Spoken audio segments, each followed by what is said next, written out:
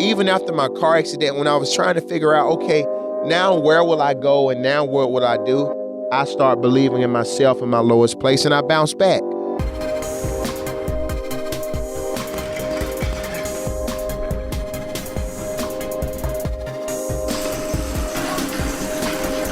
Can't show any sign of fatigue.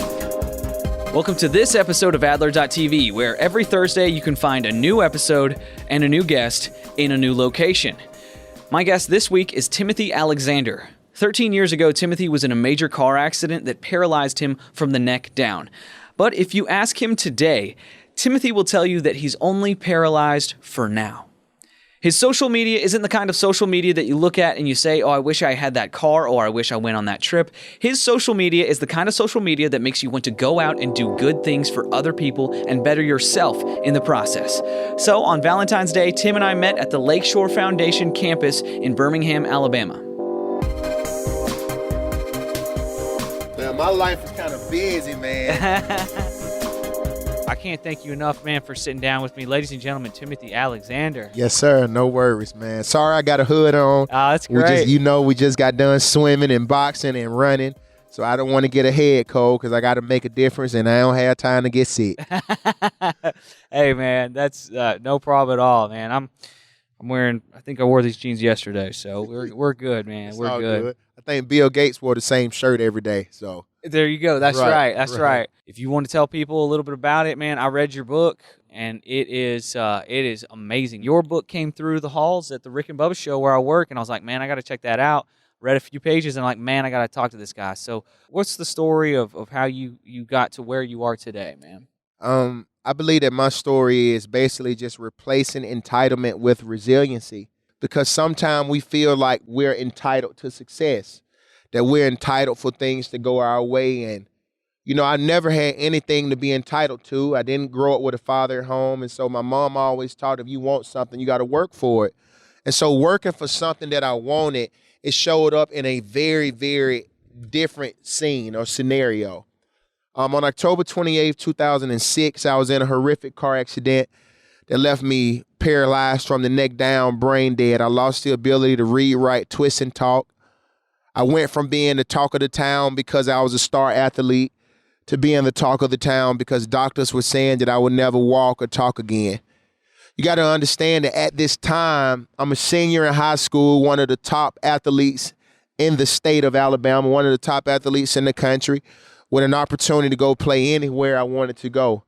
And on the next day, after I had the leading block to help send my team to the playoffs, I found myself in a body I don't know, having someone to dress me, waking up out of a coma to my mom saying, Tim, I don't want you to die. Blink your eyes if you can hear me.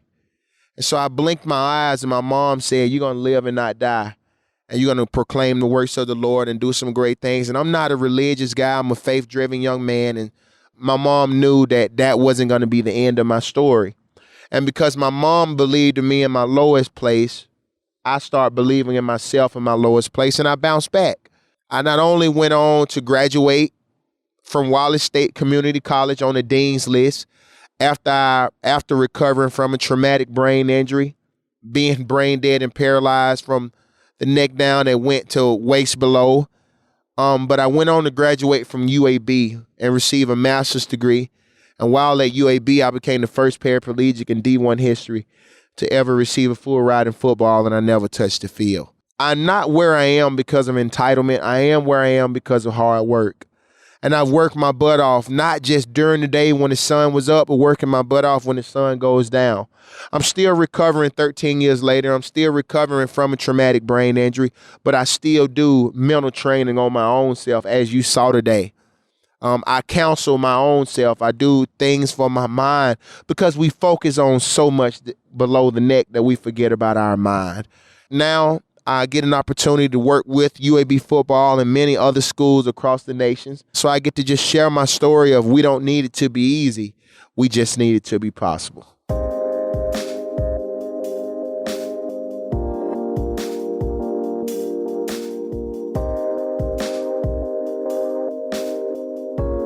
You've been in the chair for 13 years. They call my body the chair position. So I try to work on my standing.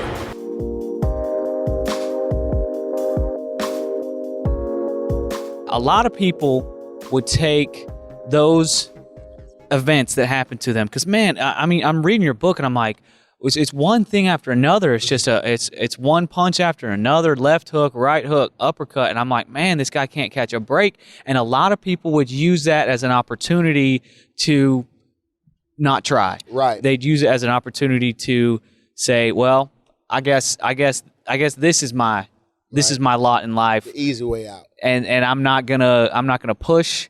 I'm not gonna continue to go towards the goals that I had before this accident happened. Mm-hmm. And I really admire that, man. Yes, It's amazing. Well, I think that had everything to do with my journey, with my healing and becoming whole, because I wrote a lot of things down. And I just shared this today. Even though I did fail, even though I did have some failure in my life, because I set my priorities, I still succeeded. Because I wrote down my vision and made it plain, because I kept up with my goals. And the thing about goals and writing down your vision, those are two different things. Your vision is what you want to do. Your goals are what you're going to do. And even after my car accident, when I was trying to figure out, okay, now where will I go and now what will I do?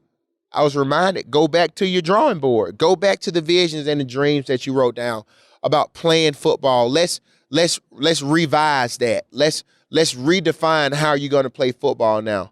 You wrote about being a motivational or inspirational speaker because you knew that because I made it through this, I can help someone make it through any situation. Because of what I've been through and what I've seen and where I'm going, I feel like I can help anyone maximize their full potential. Albert Einstein said the greatest research in life is life experience. Well, my research is my story, and it's still my research because I'm living out my story every single day. And it's not easy, but it's possible. But that's why I hold on to my visions. I hold on to my dreams. I hold on to my goals. That way, whenever I feel like my mind is playing tricks on me or I don't feel like I can't go anymore, I got to look back and see where I've been, where I've gone, and where I'm going. So I'm not able to stand yet. But I do all my stretches, and it does hurt trying to go from body being like this to getting a body like this. But it's worth it. It's always worth it at the end. So when I got my shirt off this summer, it was all worth it all winter. That's so good, man.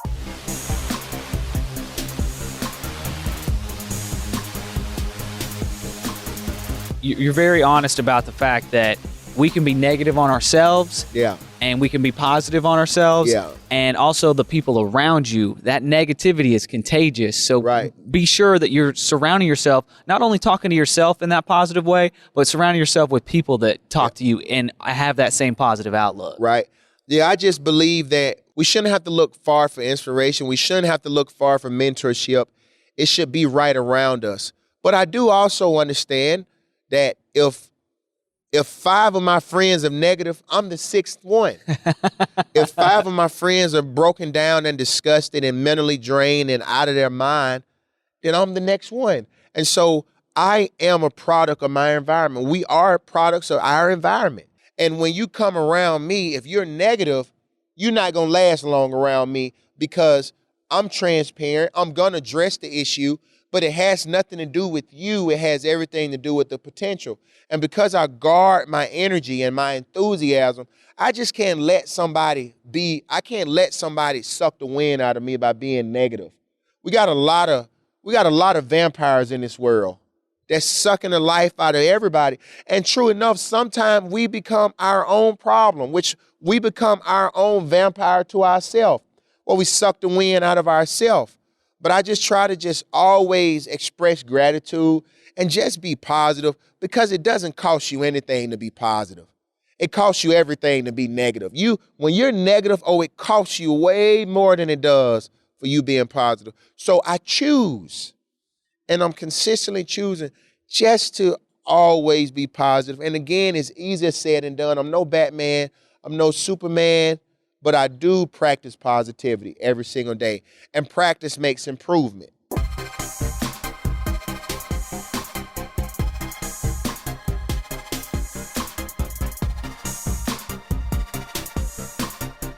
when I had my car accident, I was in a very, very bad, depressing, suicidal place where I used to stare at my body a lot.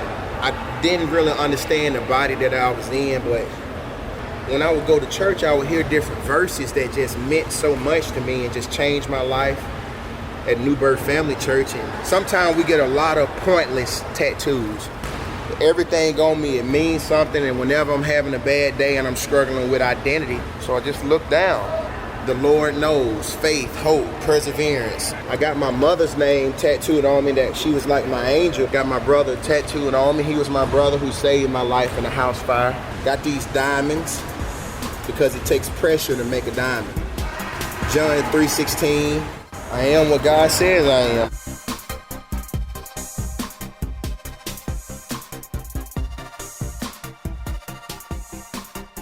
I know that there are a lot of people that struggle with depression, anxiety, but those problems are going to get worse if you're not actively trying to steer your mind the other way. I kind of look at it, for me, sometimes I'm on like some train tracks. There's a whole bunch of train tracks, and some of the train tracks are good and nice and smooth and positive, and some of those train tracks are bumpy. I'll think about mistakes I made 10, 20 years ago all the time, and just like beating myself up over that stuff. And it's like, you know what? I'm on a train track that's a bumpy one that's just hurting myself. Just jump back over to that other track. And I have to do that kind of stuff quite a bit but that to me is just, it's just being responsible with your brain. Yeah, you have to own up.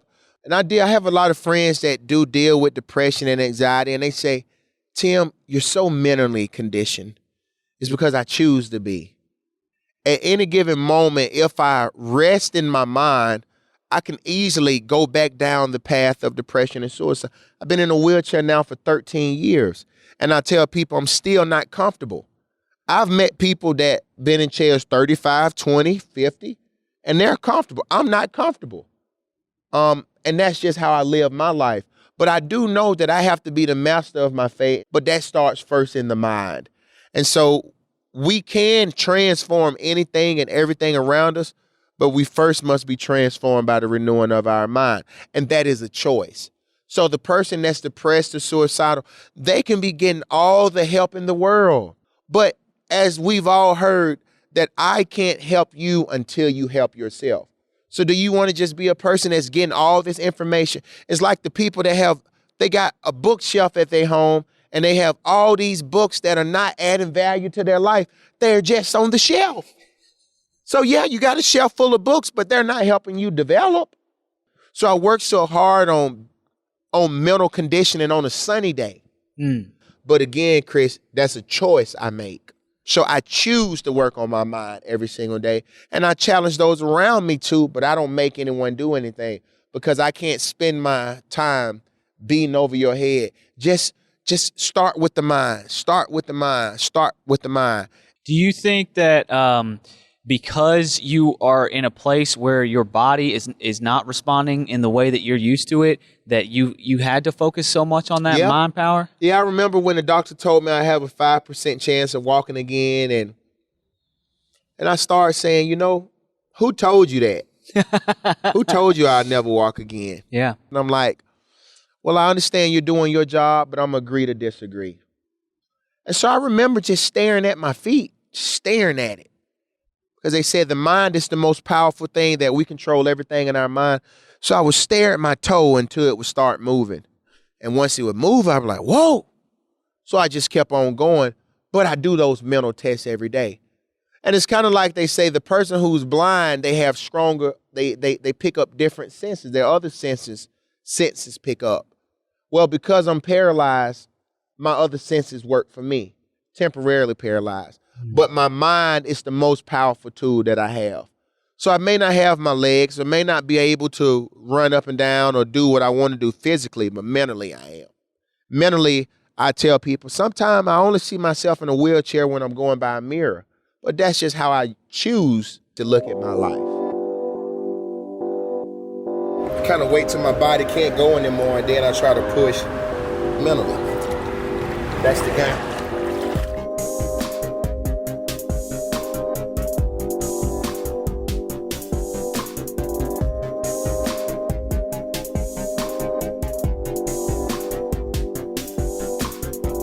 got an opportunity to speak to the Alabama Association of Judicial Assistants today. And it was just amazing to speak in front of the judges and those that assist the judges. And that was different for me because I remember speaking in front of a judge because I was finna get sent to juvenile.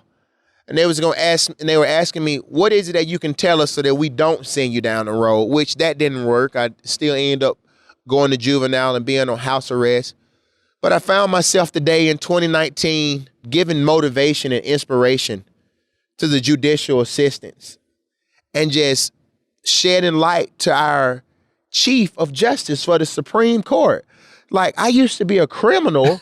Yeah, now I'm inspiring the world. Yeah, man. Like, that's a story that greatness can be birthed through failure, but that's a choice that we choose to make. And so my message was, I'm thankful for that judge.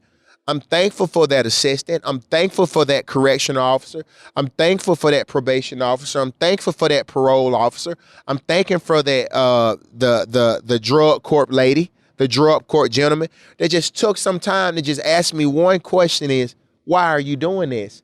And so that kind of made me put things in the center of my mind like, man, why am I doing this? And I was doing it because everybody else was doing it. My mom used to say this quote that I hated, that if you do what everybody else do, you're going to get what everybody else get. And so when I found myself behind bars, I'm like, if you do what everyone else is doing, you're going to get what everyone else get. So I love my friends and, you know, I had a lot of, and it's nothing on my friend, but I was with the wrong crowd, but I changed my crowd. And now I'm with the right crowd. And do I still talk to some of my friends that have been incarcerated, that have gangbanged? Absolutely. I love them to this day. I still talk to them because I got with them and they changed their crowd. And we seen that it's not about where we've been, it's about where we're going and what we do when we get there. So today was just mind-blowing that I can go from being in a courtroom where I'm finna go get sent off to do some time, but now I'm in a courtroom empowering the decision makers.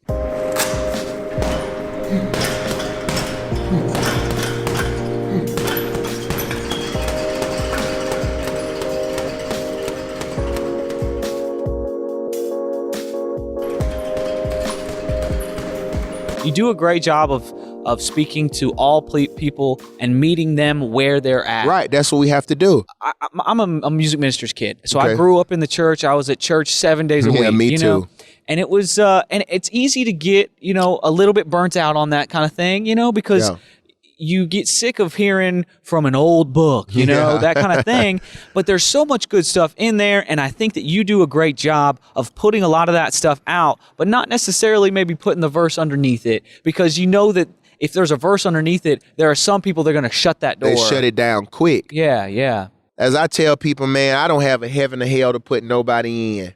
If you don't believe in it, that's you. You know, different strokes for different folks. Some like Pepsi, some like Coke. I like lemon water, actually, Yeah. and lime. But, however, I believe what I believe. And my number one mission is to solve problems and serve people. So whatever that looks like, I will. But you will know a tree by the fruit that it bears. You know a good fruit tree when you see it. So I just try to be a good tree just that adds value to everyone, because that's what really gives me my peace and fuels my fire, because tomorrow's not promised.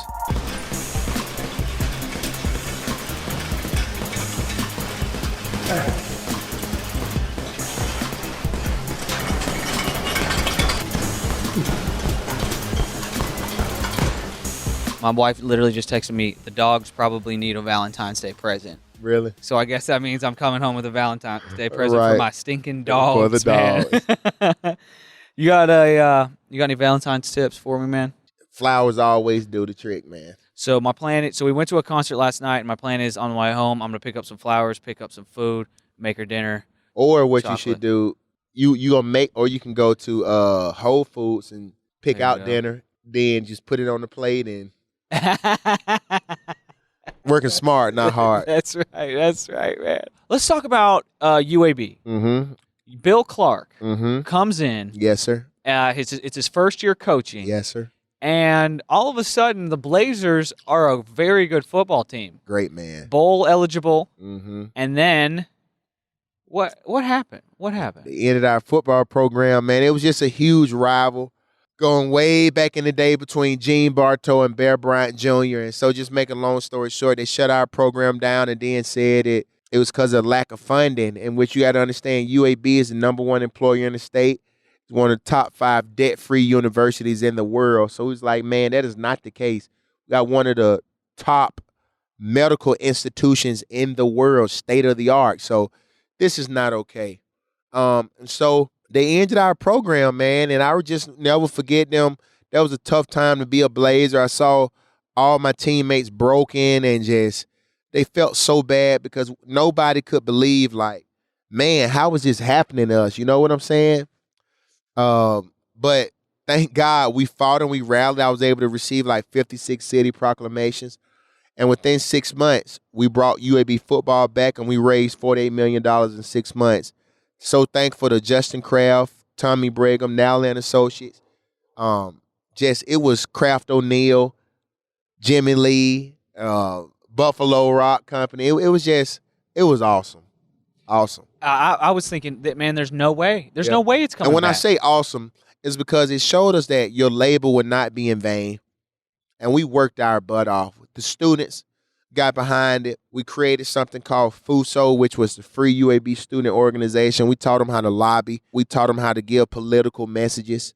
It was just a great time just getting the community behind something that we love, just reminding them we can't let all these memories die. We can't let what others have worked so hard for just go down the drain. So not only did they end UAB football, but they ended bowling and rifle. And so there were times people would say, why don't you just talk about football? Because it was not just about football. They shut down bowling and rifle too. Those girls had scholarships too, and now they're taken away. And that wasn't right. Right is right and wrong is wrong. And so everybody thought that I was, with lobbying and fighting that, oh, you coming hard at President Watts. No, it was nothing. I didn't know Dr. Watts, but I knew he made the decision. So their energy was not pointed toward Dr. Watt. It was just behind those who made the decision. Yeah. You was the set man to make the decision. So sorry, but we got to come at you for making that decision. But to this day, I have a great relationship with Dr. Watts. Thankful for what he's done and doing for our institution. And we've got Mark Ingram, our AD, turning some things around. But Coach Clark, man, I love Coach Clark. Great guy. Gave me an opportunity, turned our program around. He loves us. We are a championship team now, championship program. We've never been a championship program. And to have done what we've done in 2 years, it was all resiliency, no entitlement. I just filmed you work out like a absolute beast, by the way. Pool, boxing, pedal bike, all kinds of stuff. And spin bike, that's right. And you kept saying to me, man, are you cool? Are you sure? You're just so gracious. You're like, man, are you sure you got time? I'm going to try to get this workout in here and there. But man, the thing is, to be in a place like this, there are so many worse places I could be, so many other terrible things I could be doing. Yeah. And we all make that choice every single day. And to leave that choice open, right, and to have that choice available for some of these people that don't have a whole lot of choices, a whole lot of options in their lives, that just adds to the importance of this UAB football program. Right, and that's what it was. And so people said, what did you all do when you didn't have that option of playing on Saturdays?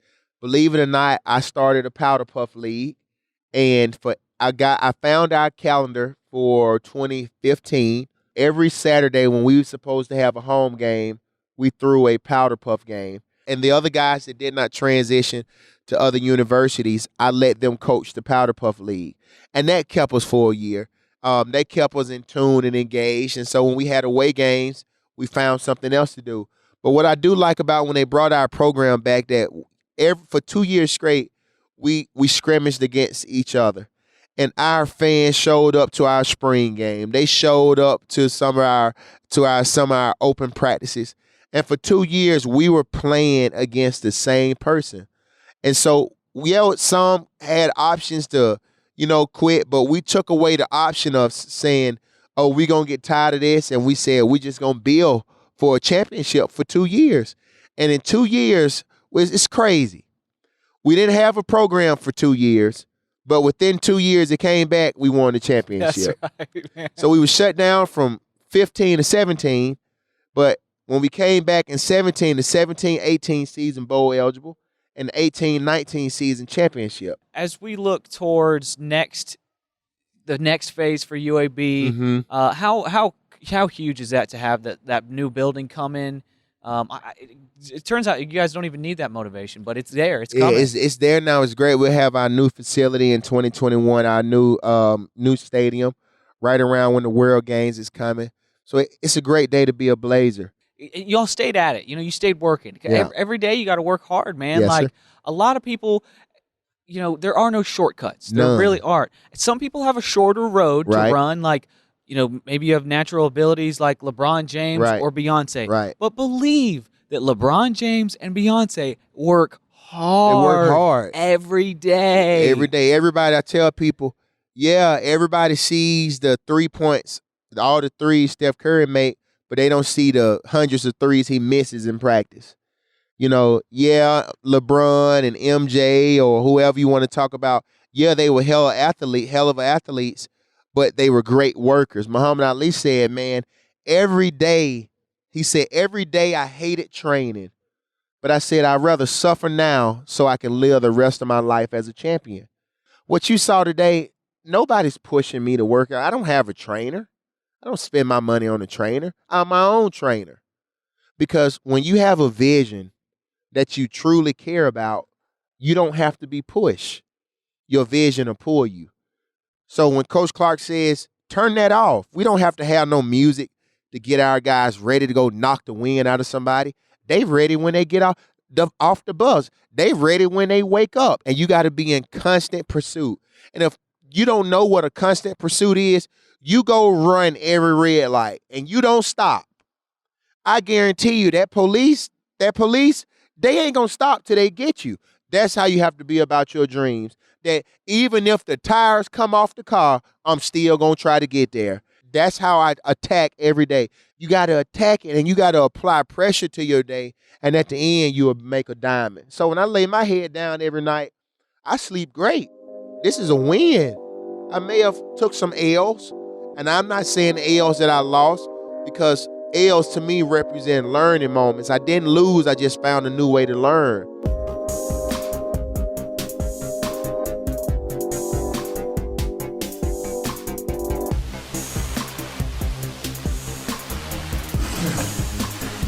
There's no physical limit to human achievement.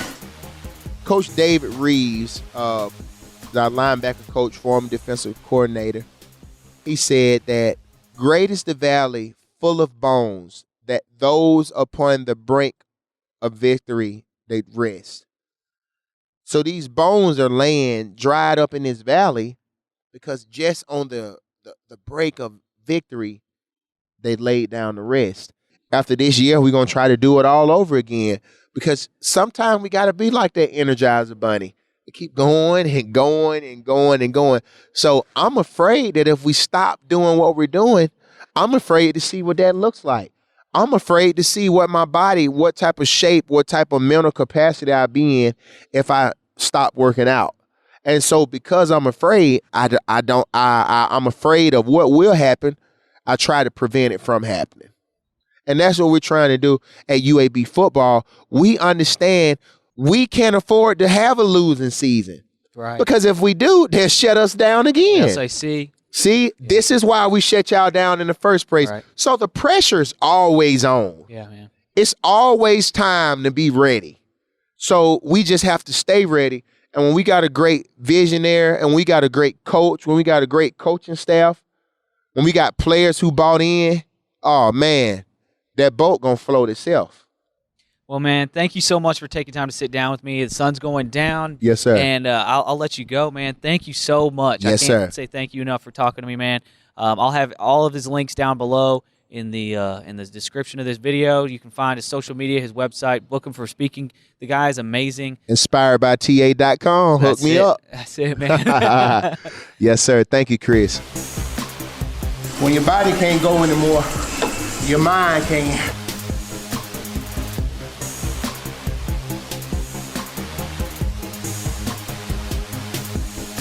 I'm hurting. I'm tired. But I'm a champ.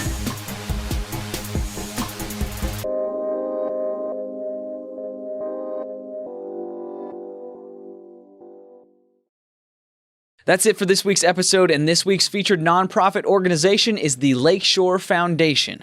It's actually where we filmed this episode. The Lakeshore Foundation's goal is to improve the lives of people with physical disabilities around the world. What started in Birmingham in 1926 as a tuberculosis hospital, the Lakeshore Foundation now has an incredible campus with Olympic-sized pools and basketball courts, and they serve over 4,000 individuals annually with a global impact through physical activity, recreation, advocacy, policy, and research. To donate, volunteer, or to become a member, go to lakeshore.org. Next week's episode, I sit down with a yogi, Stephen Fletcher. He's a yoga instructor and the owner of the Yoga Circle in downtown Birmingham. That's coming up next week. And don't forget to like and subscribe and comment if you have feedback on this episode or suggestions for guests or suggestions for any kind of topic for future episodes as well. Thank you so much for watching. I will see you next Thursday. By the way, your arms are bigger than my legs.